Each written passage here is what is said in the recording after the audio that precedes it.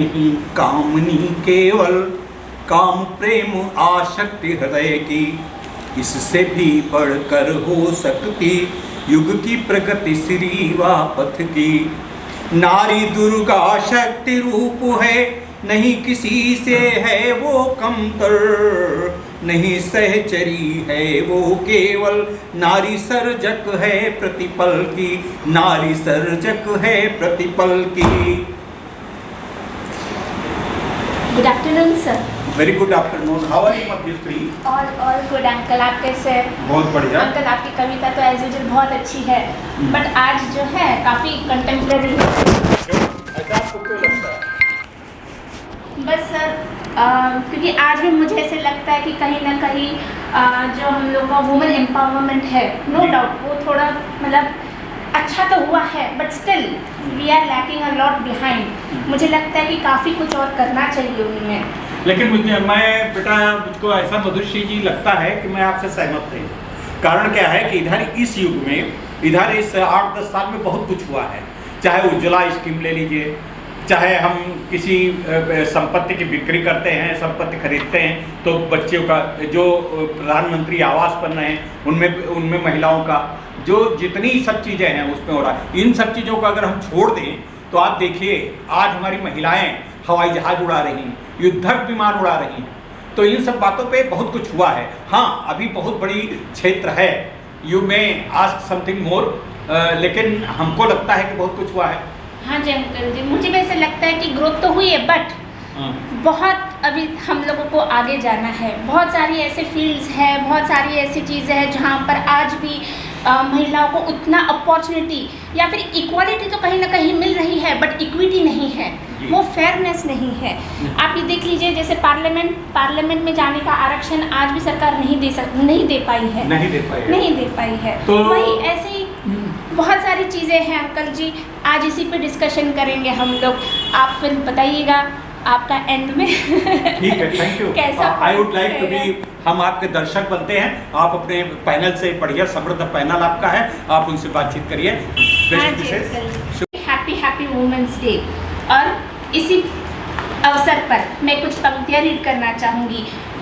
For all the super women's day.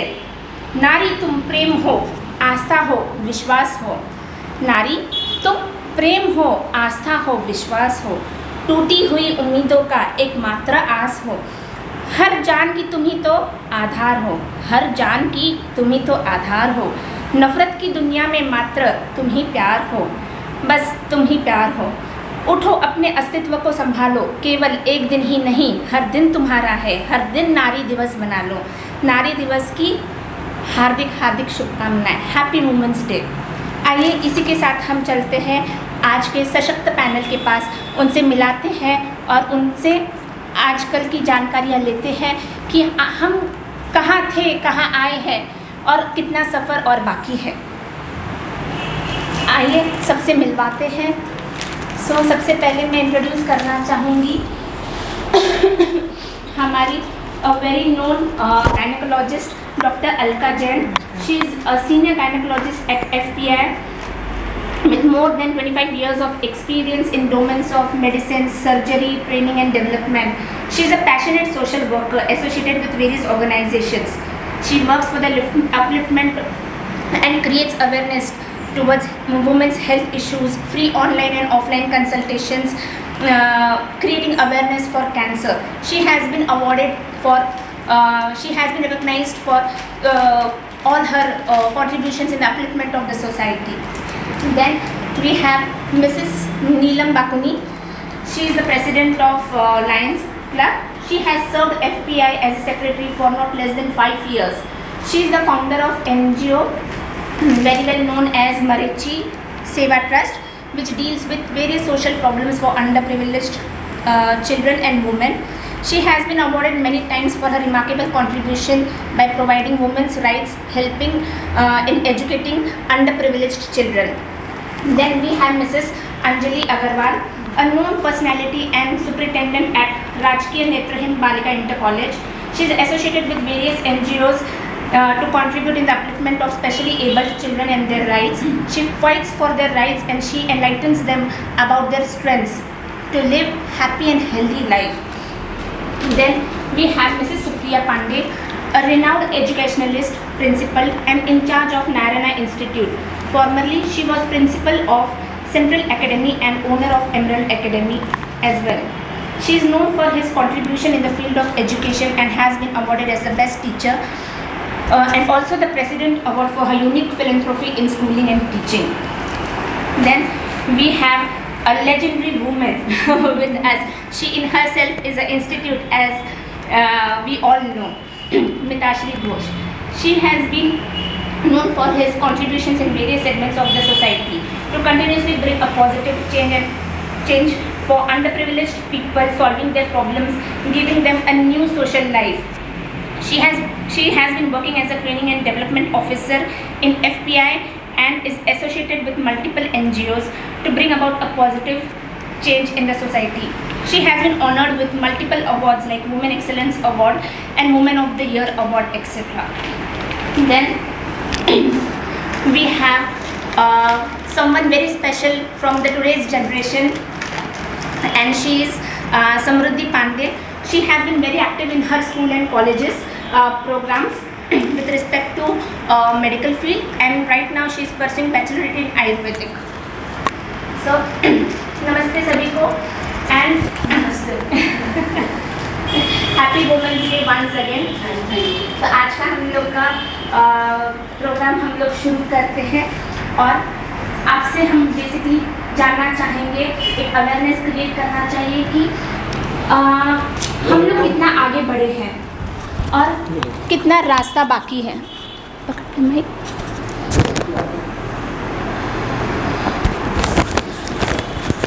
Sorry, start करते हैं। I being a gynaecologist, तो शायद इक्वालिटी है, females and the male doctor both are. ऐसे लगाना है सामने, ऐसे ही पकड़ के रखो। The female and the male doctors both are getting the opportunity to work professionally together.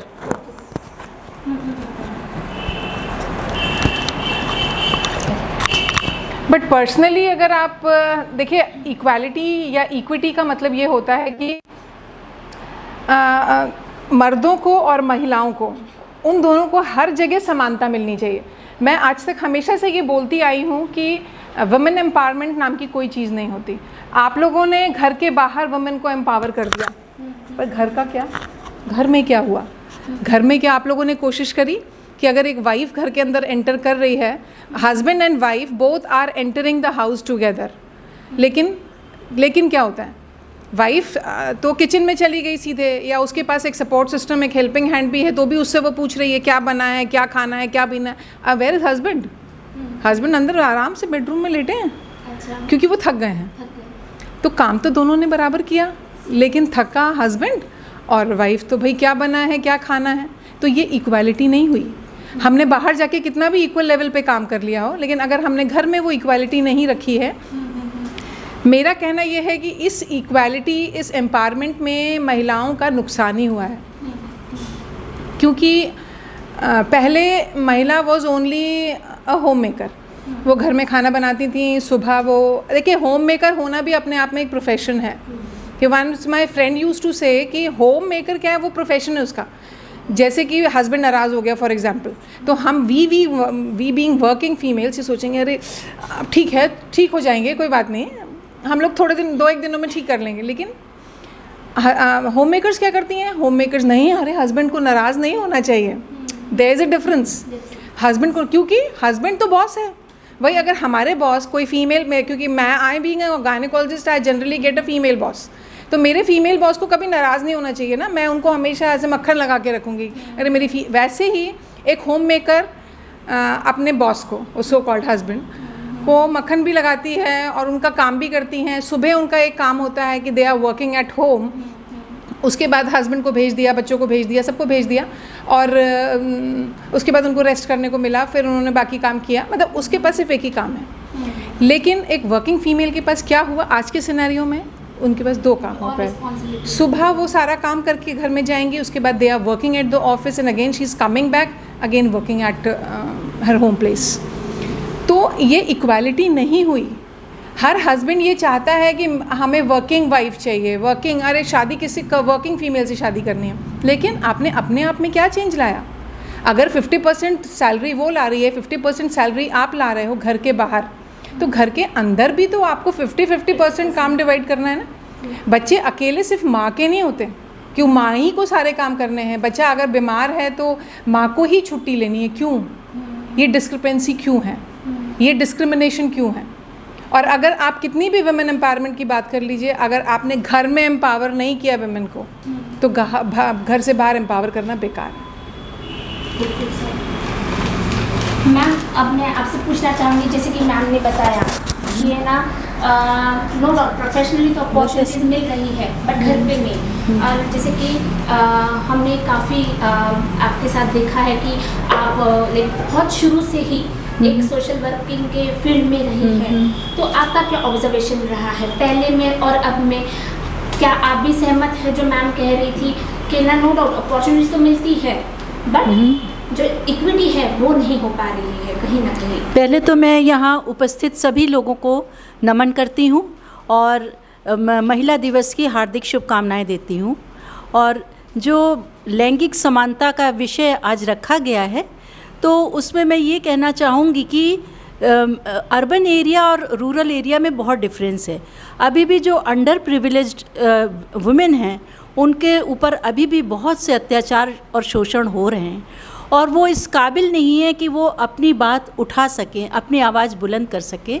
आज आप देखते होंगे कि बहुत सारे शारीरिक शोषण और यौन शोषण के मामले होते हैं नित्य प्रतिदिन, लेकिन वो मामले सामने नहीं आते, वो संकोचवश सामने नहीं लाती हैं लोक लज्जा के डर से, और साथ ही वो उस अत्याचार को सहती रहती हैं, बर्दाश्त करती रहती हैं। ऐसे संपत्ति के अधिकार के भी मामले हैं जिनमें हमने अच्छे घरों की महिलाओं को भी देखा है कि वो सह लेती हैं, अपने आर्थिक तंगी कष्टों में रह लेती हैं, लेकिन वो अपनी आवाज़ नहीं उठाती हैं। भावनात्मक रूप से वो डरी रहती हैं कि कहीं परिवार हमको अलग ना कर दे और समाज में हम अकेले कैसे सबसे लड़ेंगे। तो इसलिए वो अब यहाँ की न्यायिक प्रक्रिया जो है, कानूनी प्रक्रिया, वो बहुत लंबी, खर्चीली और जटिल है। तो आम महिला जो है वो उससे बचना चाहती है। अगर कोई मजबूरीवश या साहस करके कानूनी प्रक्रिया को आगे भी बढ़ाती है, तो कुछ ही दिनों में उसका उत्साह ख़त्म हो जाता है और वो घुटने टेक देती है। और जितनी ये पुराने संस्कारों में जकड़ी हुई महिलाएं हैं, वो उसको अपनी नियति और भाग्य मान लेती हैं। तो अभी इक्वलिटी होने में बहुत डिफरेंस है, क्योंकि अगर आप रूरल एरिया में देखिए, उसका एक तो ये रीज़न है कि पुराने रीति रिवाजों से जकड़ी हैं, दूसरा साक्षरता और जागरूकता की कमी है। अगर हम अनुपात देखें तो टोटल जो महिलाएं हैं उनका अभी 54% ही साक्षर हो पाई हैं। हम खुद भी एडल्ट एजुकेशन चलाते हैं और लगभग 200 महिलाओं को हमने साक्षर किया है, लेकिन हम देखते हैं कि अभी भी 46% से ज़्यादा महिलाएं साक्षर नहीं हो पाई हैं। और गाँवों में अगर हम जाएंगे, ग्रामीण इलाकों में, तो ये अनुपात और नीचे गिर जाएगा। तो सब ज़रूरत है कि हम उनको जागरूक करें, उनको साक्षर करें। और महिला दिवस तो हम 8 मार्च को अंतर्राष्ट्रीय महिला दिवस मनाते हैं, ठीक उसी प्रकार हम 26 अगस्त को भी महिला समानता दिवस मनाते हैं, जिसमें हम महिलाओं के, इसका उद्देश्य क्या है कि महिलाओं की स्थिति को मजबूत करें। ये 2 दिवस इसलिए नहीं आते हैं कि हम एक ही दिन में सब कुछ कर डालेंगे, लेकिन हाँ, बूंद बूंद से सागर बनता है। तो हम इसमें महिलाएं जो हैं वो उनकी स्थिति मजबूत की जाती है, ज़ोर शोर से ये जागरूकता के कार्यक्रम किए जाते हैं ताकि वो अपने समान अधिकारों को समझ सकें। हाँ, और वैसे कुछ और भी मैं ये कहना चाहूँगी कि सृष्टि की स्त्री और पुरुष एक अद्भुत रचना है और दोनों एक दूसरे के पूरक हैं।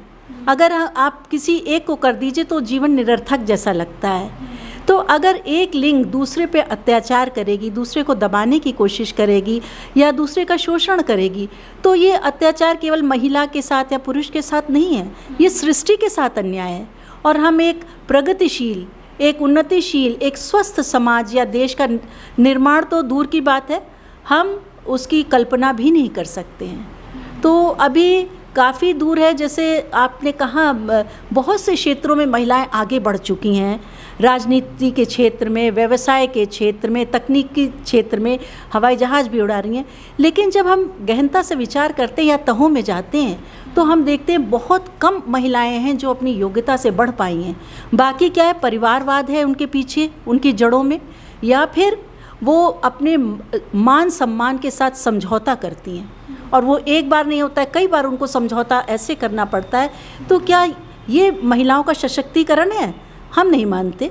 महिला अपनी गरिमा को बनाए रखे, अपने मान सम्मान को बनाए रखे, फिर अपनी योग्यता का जो परचम वो लहराएगी, वही महिला का असली सशक्तिकरण होगा। बिल्कुल सही। Thank you so much ma'am for your contribution. जैसे कि मैम ने कहा कि नो डाउट आज की डेट में हम लोग बहुत सारे ऐसे देखते हैं कि लड़कियां पॉलिटिक्स में कहिए या फिर एयरफोर्स में कहिए, आजकल नेवी में भी स्टार्ट हो गया है, तो इनमें तो हो रहा है, बट कितना परसेंटेज, वो बहुत कम है। अभी भी हम लोग अगर देखें अपने रूरल एरियाज़ में, तो जैसे कि मैम ने बताया कि एजुकेशन से आज भी वो लोग वंचित हैं। सो जैसे मैम आप काफ़ी टाइम से एजुकेशन के इंडस्ट्री में या फील्ड में रही हैं, तो मैम आपका क्या ऑब्जर्वेशन है कि जैसे मैम ने बताया वो कितने हद तक सही है? पहले तो हैप्पी वुमेंस डे। और यहाँ पर आए जितने भी गणमान्य लोग हैं उन लोगों ने बहुत अच्छा ही बोला कि मैं भी उनकी से सहमत हूँ। एजुकेशन फील्ड में 25 इयर्स देने के बाद मैं ये देखती हूँ कि हाँ, कुछ परसेंटेज कम ज़रूर हुआ है, लोगों की सोच में बदलाव ज़रूर आया है, पॉजिटिव है, लेकिन अभी भी और भी बहुत पॉजिटिविटी के साथ आना पड़ेगा। क्योंकि आज भी अगर मैं क्योंकि एजुकेशन फील्ड से बिलोंग्ड हूँ, तो मैं इसी के लिए मैं बोल सकती हूँ कि आज भी गर्ल्स कॉलेज और बॉयज़ कॉलेज अलग अलग क्यों हैं। अगर इक्वालिटी है तो वाई नॉट को एजुकेशन, क्योंकि आज भी हम लोग के घर में, फैमिलीज़ में आज भी ये सोच है, अच्छा लड़की है तो नहीं, गर्ल्स कॉलेज ज़्यादा सुरक्षित है, या अगर लड़का है तो बॉयज़ कॉलेज में ही डालेंगे। आज भी कई पेरेंट्स हैं जो गर्ल्स को एजुकेशन में नहीं पढ़ाना चाहते हैं। अगर आप एजुकेशन फील्ड को देखें तो इसमें ज़्यादातर आपका मेन जो आपका कंप्लीट योगदान है, जो परसेंटेज ज़्यादा है, वो फीमेल्स डोमिनेटेड एरिया कहते हैं, क्योंकि एजुकेशन फील्ड में टीचर्स ज़्यादातर फीमेल्स होती हैं, ठीक है।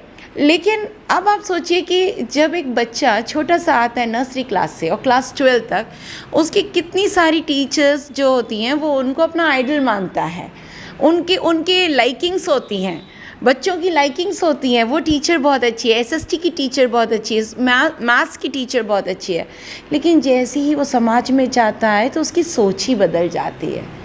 वो अपनी बीवी को क्यों नहीं उतना प्यार देता है जैसे वो टीचर को दे रहा था, वो अपनी माँ को उतना प्यार क्यों नहीं, क्योंकि कहीं ना कहीं जो आउटसाइड फोर्सेस हैं, जब बच्चा 12th तक स्कूल में रहता है तो वो स्कूल के इन्वायरमेंट से इन्फ्लुएंस रहता है, और वो अपने टीचर को, अपनी माँ जैसी टीचर को बहुत लाइक करता है, बहुत सपोर्ट करता है, उसको लाइक करता है। लेकिन जैसे ही वो बाहर जाता है तो उसकी सोच में ऐसा बदलाव क्यों? इसका मतलब है कहीं ना कहीं तो एक्सटर्नल फोर्सेस जो हैं वो कहीं ना कहीं बच्चों को गवर्न कर रहे हैं, ऐसी सोच ला रहे हैं।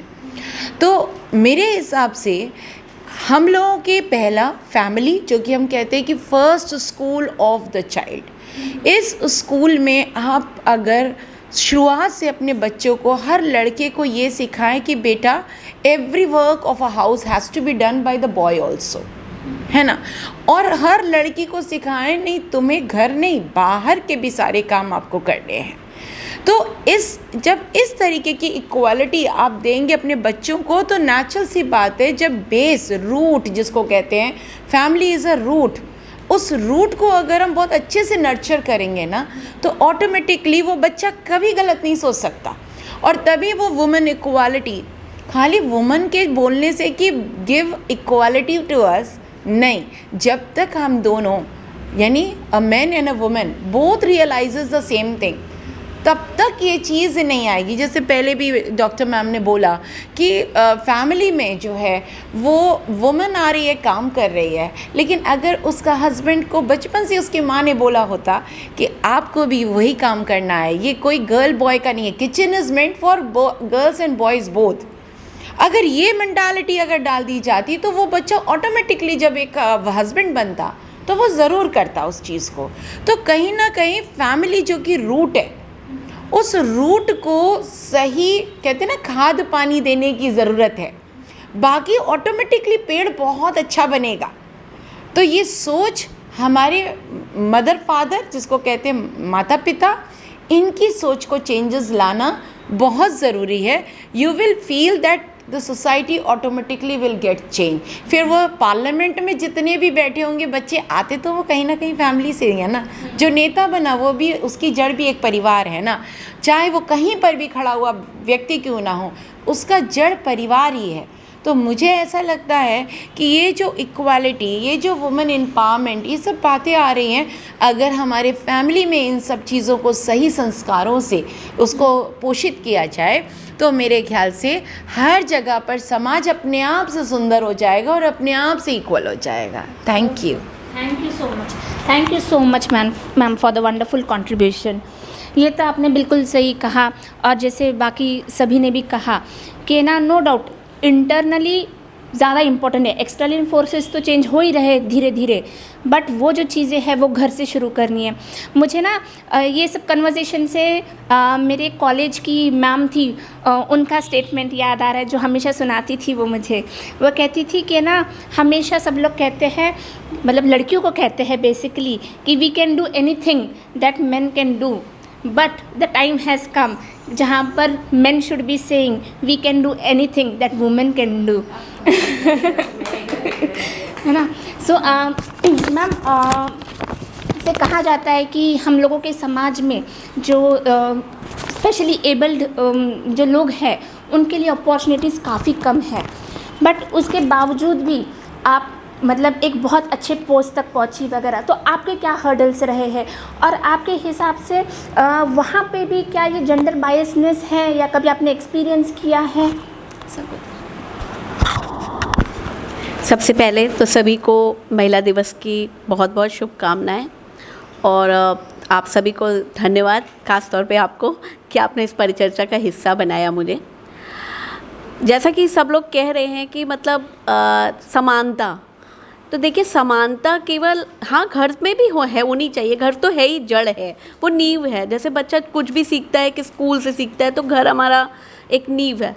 लेकिन मुझे ऐसा लगता है, जैसे अभी आपने कुछ ही दिन पहले सुना होगा कि हाई कोर्ट ने एक जजमेंट दिया है कि आर्मी फोर्स में एक मैम थी जो उनको कमांडेंट नहीं बनाया जा रहा था, उन्हें टीम नहीं दी जा रही थी कि वो उसको लीक आउट करें, लेकिन उसके पीछे धारणा ये थी कि शायद वो महिला हैं और वो टीम को अपने लेकर उतने आगे नहीं जा सकती हैं जितना एक पुरुष ले सकता है। हाई कोर्ट ने उस पर यही जजमेंट दिया है कि ऐसा नहीं है, अगर आपने उन्हें आर्मी में रखा है तो उनके अंदर कुछ क्षमता होगी, उन्होंने भी सारे वही टेस्ट क्लियर किए हैं जो एक मेल पर्सन कर रहा है, उन्होंने भी सारे वही ट्रेनिंग्स सब कुछ किया है, कहीं से अलग नहीं किया। तो फिर कैसे आपने मान लिया कि ये जो है ये पूरी टीम को अपने कमांडेंट नहीं कर सकती हैं? तो कहीं ना कहीं मेरा मानना ये है कि थोड़े से अधिकार जो है हमारे सरकार को भी ऐसे कुछ वो देने चाहिए। जैसे कि अब छोटी सी बात है कि एक बेबी बॉर्न होता है तो मदर्स को 6 मंथ की मैटरनिटी लीव मिलती है, बट अभी हर स्टेट में कहीं भी ऐसा नहीं है कि फ़ादर को 15 डेज़ की भी लीव मिल रही हो। जबकि मेरा मानना है कि बेबी जब बॉर्न होता है ना, तो मदर के साथ एक फ़ादर को भी 15 डेज़ की कम से कम एक लीव देना चाहिए। वो बच्चे के साथ अटैचमेंट, उसका केयरिंग करना, जब वो साथ में करेंगे ना, तब दोनों को एक अच्छी बाउंडिंग बनेगी कि छोटे छोटे से काम वो सब दोनों मिलके कर सकते हैं। तो कहीं ना कहीं हमारी गवर्नमेंट को भी चाहिए कि ये इन सब कामों में थोड़ा सा वो भी आगे अपना प्रयास बढ़ाएं, ताकि समाज भी उनको यूज़ करे और वो दोनों एक साथ काम कर सकें। बट अब आती है, मैं चूँकि दिव्यांगता के क्षेत्र से ज़्यादा वर्कआउट करती हूँ और मैं उसी से जुड़ी हुई हूँ, मेरा मानना ये है कि ये स्थिति समानता की दिव्यांगता की स्थिति से, मतलब वहाँ पर अगर आप परसेंटेज की बात करें तो शायद मुझे कहने में बहुत अफसोस हो रहा है कि वो 10% भी नहीं होगी। रीज़न ये है कि अभी तो गांव तक लोग, क्योंकि स्कूल्स नहीं हैं, अगर आप एक डेफ एंड डम बच्चे को पढ़ाना चाहते हैं या आप वीआई बच्चे को पढ़ाना चाहते हैं तो आप नॉर्मली क्लास में बैठा के उसे नहीं पढ़ा सकते, क्योंकि वीआई को पढ़ने के लिए, पीसफुली को पढ़ने के लिए एक ब्रेल लिपि की ज़रूरत होती है, डॉट से पढ़ते हैं वो। इसी तरह से डेफ एंड डम को पढ़ने के लिए जो है आपको साइन लैंग्वेज की ज़रूरत होती है। स्पेशल एजुकेटर्स इतने नहीं हैं कि हर गांव में आप उनको रख सकें, वहाँ स्कूल ही नहीं है। तो वहाँ जब इतने स्कूल्स नहीं हैं, अब गवर्नमेंट कर रही है, काफ़ी खोल रही है। मैं खुद ब्लाइंड स्कूल में हूँ और मेरे स्कूल में 125 स्टूडेंट्स को, लड़कियों को रखने की क्षमता है। 100 गर्ल्स का जो है हॉस्टल बना हुआ है जिसमें वो रहती हैं। लेकिन ये देखा जाए तो सिर्फ 100 बच्चियाँ ना, यूपी के अंदर अगर इस तरह के मात्र 30 या 32 स्कूल हैं तो ये बहुत कम है। ये इतने नहीं है पर्याप्त कि वहाँ पर इन बच्चों को लाके, अभी वो एजुकेशन के मामले में बहुत पीछे हैं। ये ब्लाइंड्स बच्चियाँ आती हैं, इनके पेरेंट्स लेबर क्लास के होते हैं, इनको पता ही नहीं होता है कि मतलब इनको इस तरह से पढ़ाकर भी बहुत आगे जा सकती हैं। मैं आपको इस बारे में आपको बताना चाहूँगी कि अगर आप सब कभी मेरे स्कूल विज़िट करेंगी तो मेरी स्कूल की जो प्रिंसिपल हैं मिसेस संतोष कुमारी गुप्ता, वो खुद एक ब्लाइंड लेडी हैं 100%, और वो इंटर कॉलेज के प्रिंसिपल हैं। और ऐसा नहीं है कि अगर उनके घर वालों ने भी उनको अगर इसी तरह से एजुकेशन ना दी होती, दिल्ली से उन्होंने अपनी पूरी एजुकेशन करी है और वो आज यहाँ तक पहुँची हैं।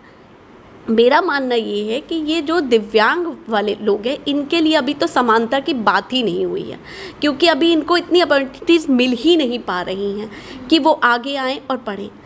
इस तरह से उनके उस क्षेत्र में हम सबको मिलके अभी बहुत काम करना है, क्योंकि अभी मैं आपको बताऊं, इस बार यूपी बोर्ड का जो हमारे यहाँ बच्चियाँ निकली हैं, इसमें हाई स्कूल में एक बच्ची ने 90.5% गेन किया है। मतलब एक ब्लाइंड बच्ची के लिए 90.5% यूपी बोर्ड में लाना बहुत ही बड़ी बात है। और अगर इसको एक अच्छे दिशा मिलती है तो नेचुरली ये बच्ची बहुत, हमारे सामने बहुत सारे लोग हैं, अरुणिमा सिवा जी हैं, इला जी हैं, और मैं खुद भी हैंडीकैप हूँ फिज़िकली। तो मतलब इस तरह से बहुत सारे लोग हैं जो मतलब आप देखेंगे कि कहीं ना कहीं बहुत फ़ाइट करते हुए ये सब आगे गए हैं। और इनको आगे बढ़ाने के लिए थोड़ा सा इफ़ेक्ट गवर्नमेंट को भी और थोड़ा सा हमारे समाज को चाहिए, सबसे बड़ा कि अगर हमारा सबसे बड़ा जो वो है कि अगर हम अपने आसपास ऐसे किसी बच्चों को देखते हैं, हमें उन्हें बताना चाहिए कि इस तरह के स्कूल्स हैं जहां आप पढ़ सकते हो, जहां आपको जा सकते हो और आपको रहने, और ये फ्री ऑफ कॉस्ट, मतलब गवर्नमेंट की तरफ से फ्री ऑफ कॉस्ट है, बट इसका इतना अच्छा यूज़ नहीं हो पा रहा है। अभी जल्द में ही एक समेकित विशेष विद्यालय के नाम से कुछ हमारे दिव्यांगजन सशक्तिकरण विभाग द्वारा स्कूल संचालित किए जा रहे हैं, जहाँ पे बहुत ही अच्छा खूबसूरत एक मोटिव रखा गया है कि वहाँ पर ब्लाइंड, डेफ एंड डम और नॉर्मल बच्चे एक साथ इंटर तक पढ़ाई करेंगे। बॉयज़ एंड गर्ल्स, मतलब डिसेबिलिटी और नॉन डिसेबिलिटी और प्लस गर्ल्स एंड बॉयज़ एक साथ पढ़ेंगे। और ऐसे 6 विद्यालय पूरे यूपी में रन भी हो चुके हैं। तो ये एक बहुत बड़ी सोच है और इसी तरह की सोच हमें इनको भी समान बनाने में काम करेगी। जब हम इस तरह के विकलांग लोगों को, लड़कियों को ख़ास तौर पे, लड़कियां ज़्यादातर ऐसी होती हैं कि इंटर तक उन्होंने पढ़ाई कर तो ली क्योंकि गवर्नमेंट ने दे रखी है, तो उनके सामने समस्या आती है कि हाई एजुकेशन कैसे जाएंगे। अब इंटर तक तो गवर्नमेंट ने पढ़ा दिया, उसके बाद क्या करेंगे। तो इनके लिए इस तरह की यूनिवर्सिटीज़ भी होना चाहिए। हालांकि doctor Shakuntala Mishra rehabilitation university जो है वो इसी तरह की है, तो इस तरह की यूनिवर्सिटीज़ बन रही हैं, तो जिसमें लेकिन हमारा विचार ये कि अगर सबसे पहले समाज को थोड़ा सा इन पे भी काम करें, तब हमें अच्छा लगेगा कि हम महिलाओं की समानता की बात, क्योंकि उस वर्ग को अगर हम छोड़ देंगे, विकलांग महिलाओं को, तो फिर हम कहीं ना कहीं हम पीछे ही रह जाएंगे। हम केवल अपने से खड़े होकर हमें उन्हें भी साथ में लाना है, तब जाके हम समानता का अधिकार ला पाएंगे। और यहाँ तो मैं 2 लाइनें कहना चाहूँगी। नारी बनी मैं करती रही तुम्हारा इंतज़ार, पत्थर बनी, मैं करती रही तुम्हारा इंतज़ार कि कभी तो राम आएंगे और मैं नारी बन जाऊंगी। पोते की लालसा वाली निगाहें झेलते हुए मैं आज पूर्ण रूप से नारी बन गई हूँ, लेकिन तुम कभी राम नहीं बन पाए, लेकिन तुम कभी राम नहीं बन पाए। तो मैं इस यहाँ पर सिर्फ यही कहना चाहूँगी कि चाहे वो पुरुष हो या स्त्री हो, समानता लाने के लिए हमें सभी वर्गों को, हर मतलब दिव्यांग हो, अमीर हो, गरीब हो, किसी भी कैटेगरी, कोई भी धर्म जाति का हो, सारी महिलाओं को एक साथ जब हम उठ के खड़ा करा देंगे तभी हमारा समानता का पूरा होगा। Thank you. Thank you so much ma'am. आपने ना ही बस प्रॉब्लम्स बट उनको सॉल्व करने के कई तरीके भी बताए। आई जस्ट होप कि हम लोग सब लोग मिल के और एक अच्छा सोसाइटी क्रिएट कर पाए। तो ये तो हमने देखा कि सारे फैमिलीज़ में क्या क्या इश्यूज़ फेस होते हैं, फिर एक स्पेशली एबल्ड चाइल्ड के लिए या उनके लिए क्या क्या प्रॉब्लम्स होती है, और कहीं ना कहीं हम लोगों को ये भी पता चला कि है ना, एक अपनी थॉट प्रोसेस चेंज करने से क्या कुछ नहीं हो सकता और हम लोग कैसे कंट्रीब्यूट कर सकते हैं। बट एक ऑल टुगेदर एक डिफरेंट एक कैटेगरी के लोग भी होते हैं, जैसे सेम जेंडर वाइज ऑब्वियसली कुछ ऐसे जेंट्स होते हैं कि जो शादी नहीं करते but they still live a life, मतलब एक कहते हैं ना रिनाउंड सोसाइटी में। But at the same time we have observe कि एक अनमैरिड वुमेन रहती है तो उनको बहुत कुछ सहना पड़ता है, पर उसके वजह से वो she becomes a very strong lady. तो वैसे ही मैम आप बताइए कि आप एक अनमैरिड वुमेन रही है, तो आपका जर्नी कैसा रहा है शुरू से अभी तक, और अभी क्या क्या चेंजेस आए हैं? सभी को नमस्कार। महिला दिवस की सबको शुभकामनाएं। जैसा कि अभी ये बात चल रही है कि जेंडर इक्विटी या जेंडर इक्वालिटी की बात हो रही है, लैंगिक समानता की, तो सभी लोगों ने बहुत कुछ कहा शिक्षा के क्षेत्र के लिए, समाज के लिए, और इवन डॉक्टर साहब ने भी कहा कि जो घर से होना चाहिए, और अंजलि मैम ने कहा कि अगर हम दिव्यांगों को छोड़ देंगे तो वो अभी भी बहुत पीछे रह जाएगा। बात तो ये है, लेकिन जो सबसे बड़ी बात आती है कि वो है कि सब कुछ जो कुछ भी समाज में चेंज आने के लिए होना चाहिए वो घर से होना चाहिए, कि जो लड़का लड़की दोनों को इक्वल चीज़ की वैसी ट्रेनिंग दे जानी चाहिए, ताकि वो बच्चा बड़ा होके उस तरह की मानसिकता रखे और इसमें सोसाइटी की मानसिकता चेंज हो। रही बात मुझे पूछ रही हैं, तो इससे क्या है कि हमारा थोड़ा एक दूसरा ही एटीट्यूड रहा है शुरू से।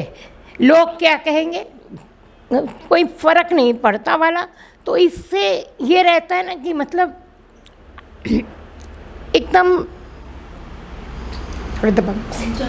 नहीं वो नहीं, हाँ, तो इससे क्या रहता है ना डैम फ्री एटीट्यूड वाला, तो वो होने पे सब चलता है। तो इस तरह से आप अपने को फोकस रखिए, आगे बढ़िए बस। Thank you so much ma'am.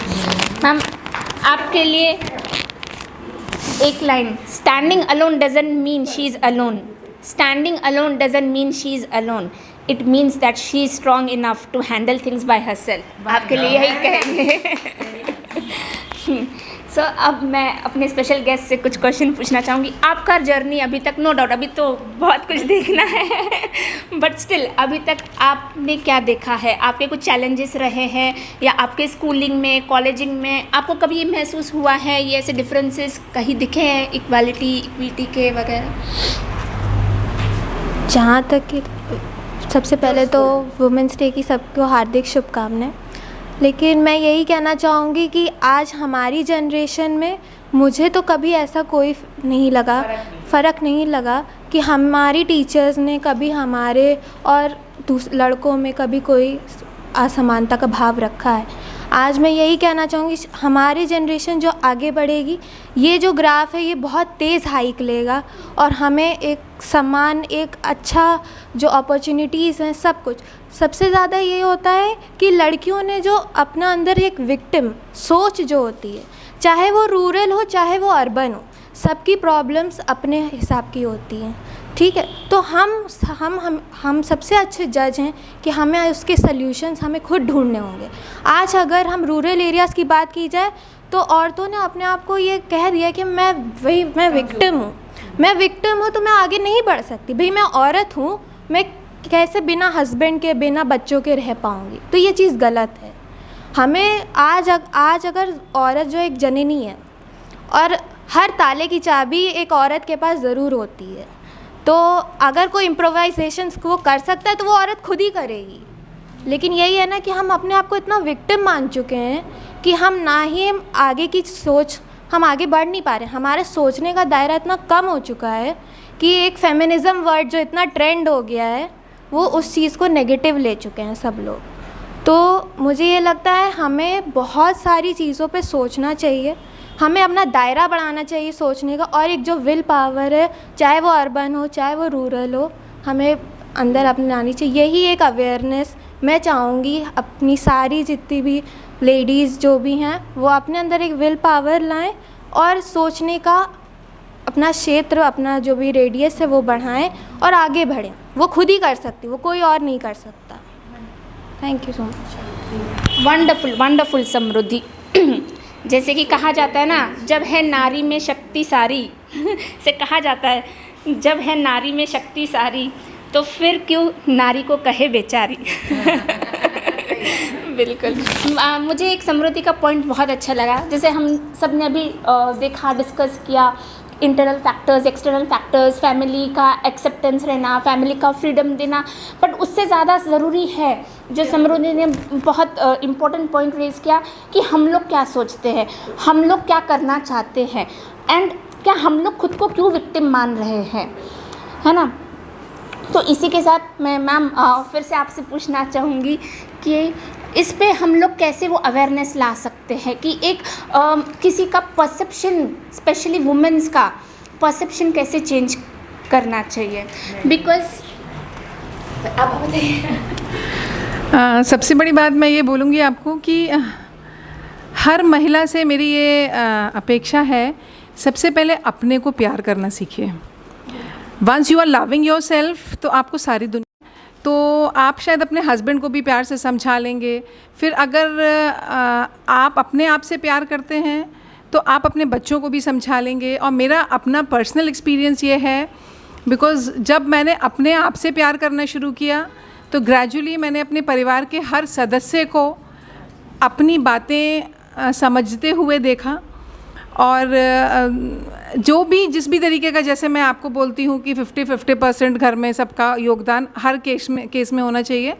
और धीरे धीरे my family also started supporting me in every state कि, और जैसे कि अगर फॉर एग्जांपल मुझे अपनी फ्रेंड्स के साथ बाहर जाना है तो अब घर में भी सबको समझ में आया कि हाँ, कुछ मी टाइम होता है, हर किसी का एक मी टाइम होता है। बिकॉज़ जब मैंने किसी को उनके मी टाइम से वंचित नहीं रखा तो ग्रेजुअली उन लोगों को भी ये फील हुआ कि हाँ, हमको इसको भी अपने मी टाइम से वंचित नहीं रखना है। तो इतनी बड़ी बड़ी बातें मुझे नहीं करनी, मुझे आती भी नहीं वैसे इतनी बड़ी बड़ी बातें करनी। बस मुझे एक छोटी सी बात ये करनी है, अपने आप से प्यार करिए, दुनिया प्यारी हो जाएगी। Thank you so much ma'am. Mitashree ma'am, आपका क्या कहना रहेगा इस सिलसिले में? सबसे ज़्यादा ज़रूरी है कि लोग क्या कहेंगे ऊपर धूल दो, वो सुनना ही नहीं है, पहली बात। दूसरी, अपने को मेंटल नरिशमेंट पे भी ध्यान दिया जाए, फिज़िकल के साथ साथ mental nourishment.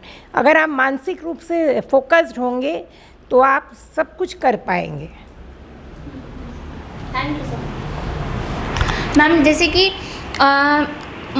May be I am wrong, जैसे मुझे लगता है कि अर्बन एरियाज़ में फिर भी एक वो अवेयरनेस क्रिएट करना, वो कैंपेनिंग करना कंपैरेटिवली थोड़ा इजी हो जाता है, बट एक रूरल एरियाज़ में वो अवेयरनेस क्रिएट करना वो कैसे कर सकते हैं? देखिए, हम सभी जानते हैं कि हमारे भारत के संविधान में आर्टिकल 14 में स्त्री और पुरुष दोनों को समान अधिकार प्राप्त हैं, और आर्टिकल 15 में अगर महिलाओं के साथ भेदभाव हो रहा है तो वो उनको न्याय पाने का पूरा अधिकार है।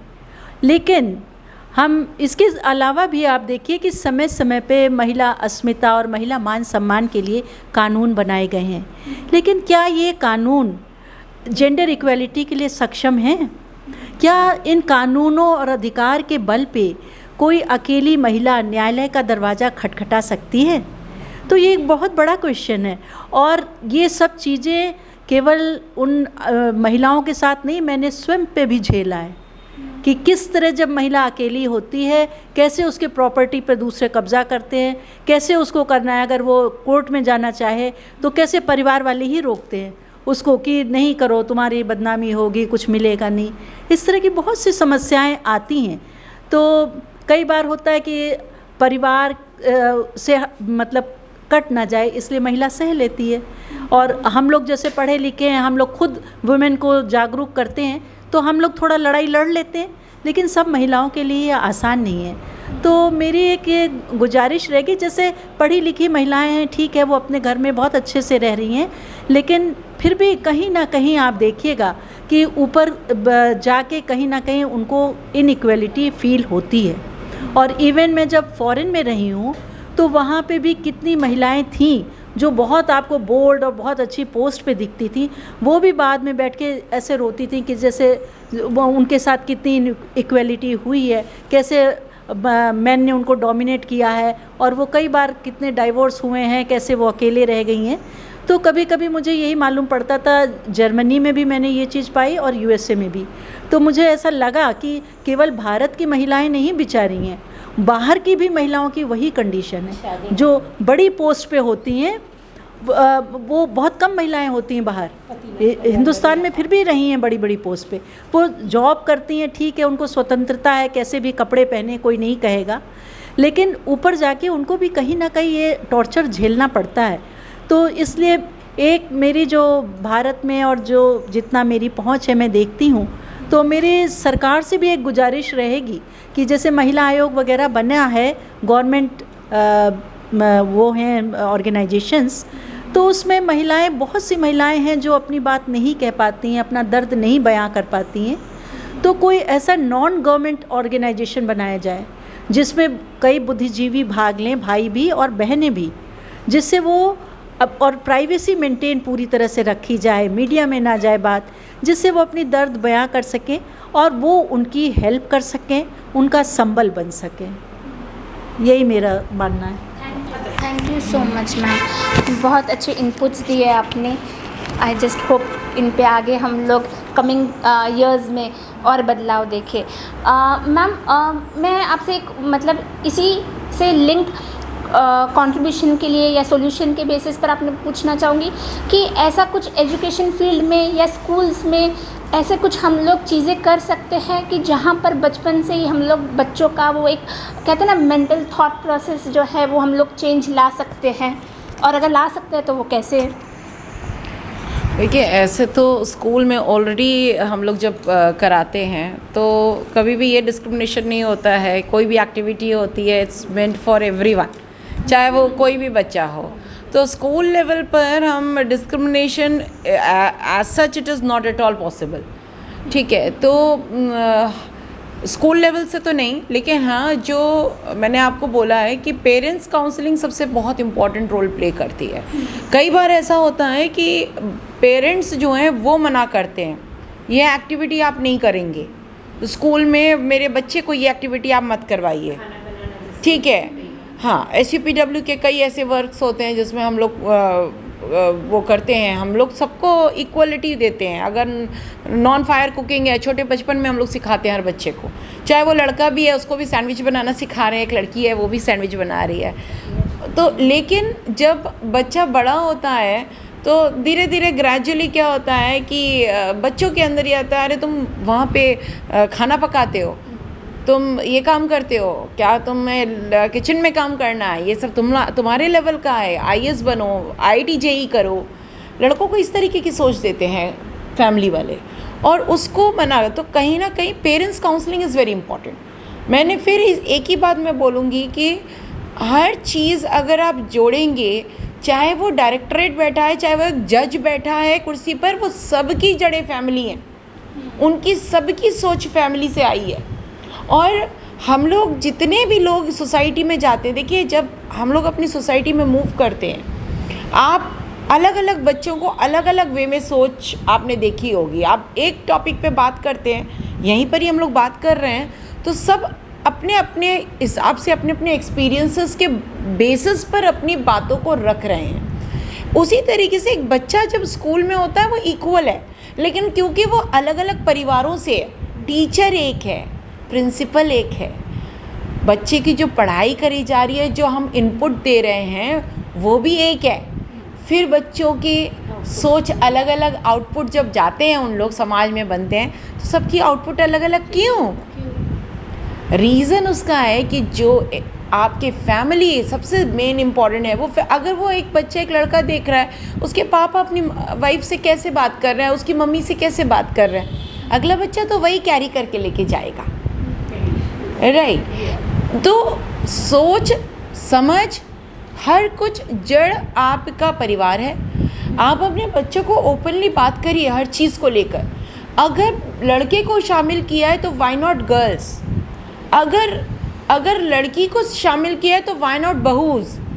अगर हम सबको इक्वल वे में परिवार में, अगर डाइनिंग टेबल में बैठा है तो वाई गर्ल इज सर्विंग, पहले भाई लोग खाएंगे फिर बेटियां खाएंगी।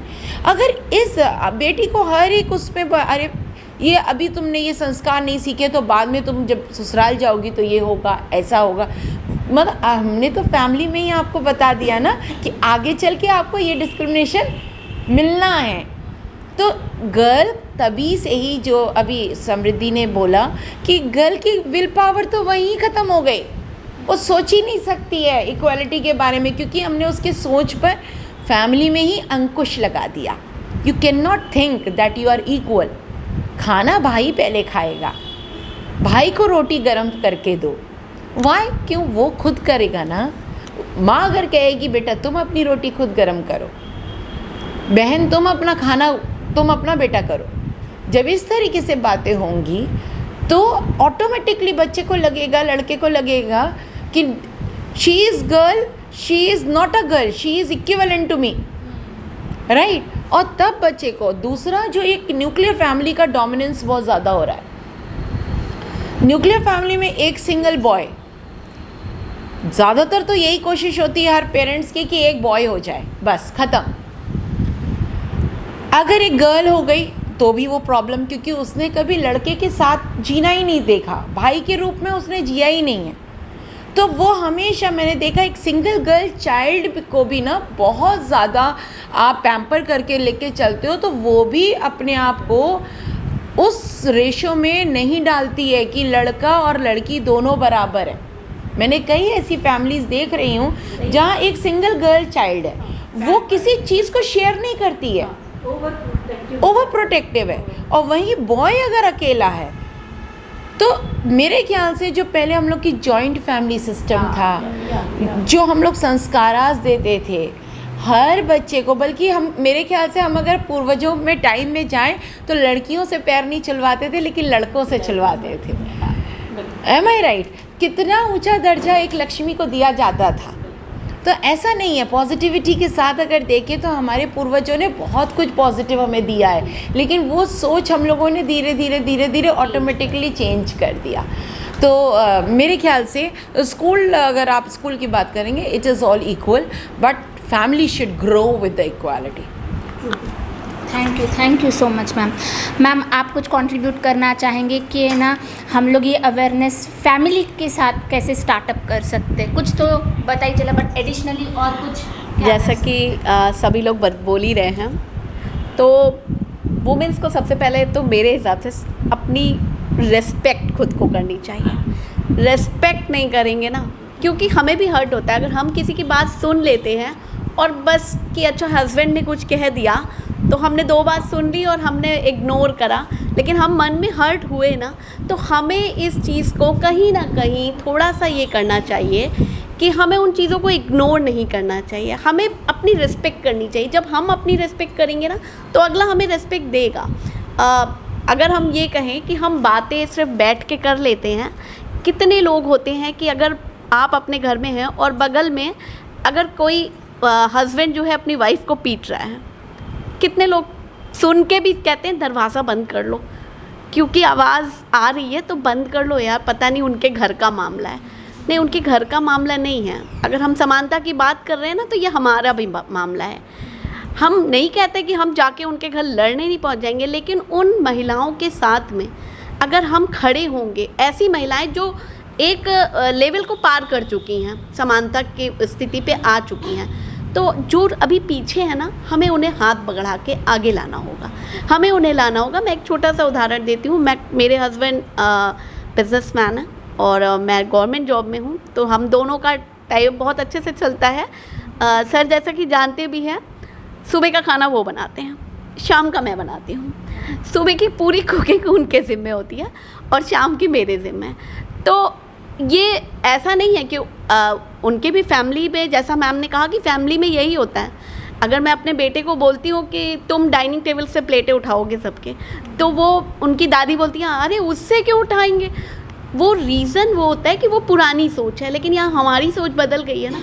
तो अगर हमने अपनी रिस्पेक्ट करनी शुरू कर दी कि जब हम साथ में कर रहे हैं तो हम दोनों को मिलके ही करना है। तो ये उदाहरण अगर कोई देखता है तो हमें उसके सामने, हमें छिपाने की ज़रूरत नहीं है, हमें उसे सामने रखना है।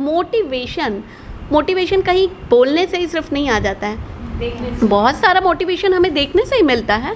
तो अगर हमारे घर में ऐसा होता है तो हमें मोटिवेट दूसरों को करने के लिए आगे बढ़ना चाहिए। और यही मोटिवेशन जो है और अपनी जो सेल्फ़ रिस्पेक्ट है, यही महिलाओं में जो है एक ना एक दिन ज़रूर बहुत आगे ले जाएगी। और एक दिन जब हम सब महिला दिवस पे बात कर रहे होंगे तो हम नहीं देखेंगे कि पीछे परसेंटेज कितना है, उस दिन सिर्फ हैप्पी वुमेंस डे हो जाएगा। और ये तब हमारा जो नारा होता है ना, ये एकदम सार्थक उस दिन हो जाएगा। Thank you so much. Thank you very much. सच में वो दिन आएगा ज़रूर जब हम लोग हैप्पीली कहेंगे कि हाँ आज हैप्पी वुमेंस डे है। सो आज पूरे कन्वर्सेशन से एक बात तो समझ में आई कि ना, कोई भी बदलाव लाना है तो वो सिर्फ किसी और थर्ड पर्सन से नहीं, वो शुरुआत होता है अपने से, अपने घर से, अपने माहौल से, अपने मोहल्ले से, और धीरे धीरे बढ़ के देश से और फिर दुनिया से। सो अगर हम खुद को इक्वल मानेंगे तभी इक्वालिटी आएगी। अगर हम खुद को बेचारा या विक्टिम मानेंगे तो ऑब्वियसली वो इनइक्वालिटी हम लोगों को हर जगह दिखाई देगी। तो सबसे पहला और उत्तम ही होता है कि हम खुद को बदलें और फिर अवेयरनेस क्रिएट करें। सो इसी पे मैं कुछ और पंक्तियाँ आपको सुनाना चाहूँगी।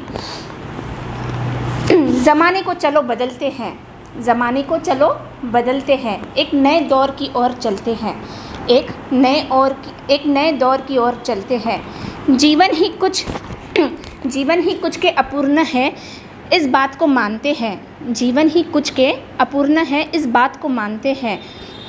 पुकार को सुनते हैं, चीख को नहीं ललकारते हैं। पुकार को सुनते हैं, चीख को नहीं ललकारते हैं। परंपरा के आवरण में छुपे हर भेद को उभारते हैं, हर भेद को उभारते हैं। उड़ान से लिंग को रिश्ता क्या, उड़ान से लिंग का रिश्ता क्या, ऐसे प्रश्न खुद से पूछते हैं। मेरा सच